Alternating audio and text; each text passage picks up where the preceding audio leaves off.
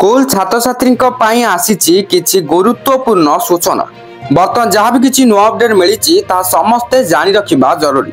तेबे चलंतु जहाँ भी अपडेट रही फटाफट अपडेट टी जानिबा हेले ताहा पूर्व वीडियोटा गोटे लाइक करी चैनल को सब्सक्राइब करी बेल आइकन को प्रेस करी ऑल दे क्लिक कर रखिबा को जमार भी भूलंतु नहीं। चलंतु आउडे न करी संपूर्ण अपडेट उपरे नजर पकेइबा। स्कूल तदारख व्यवस्था जांच करिवे राज्यर वरिष्ठ शिक्षा अधिकारी। केवल जांच नुहे छात्र छात्री अभियोग मध्य शुणिबे तार समाधान करिवे। एपरिक परिभ्रमण करिबा परे विभाग को फीडबैक देबे। जटिल शिक्षा व्यवस्था को परखिबे। एपरि निष्पत्ति नैछि विद्यालय और गणशिक्षा विभाग। एने 30 जिला पाई 14टी ग्रुप करा जायछि। एथिरे 28 जन अधिकारी को दायित्व दिया जायछि। एही सदस्य माने समग्र शिक्षा स्टार कार्यक्रम पीएम जनमन आदि भली योजना ठीक भाबे चालुछि कि नै तार तदारख करिवे।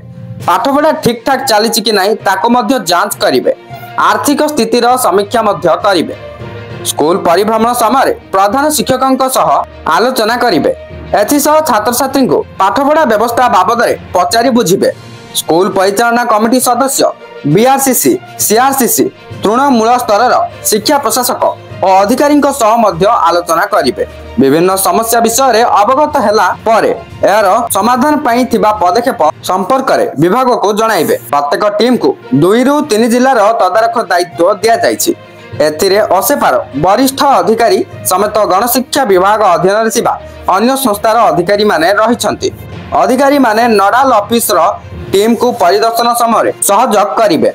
एही समय जदि कोनोसी जटिल समस्या देखंती तेबे राज्यर एही टीम जिला अधिकारी को सहयोग करिवे।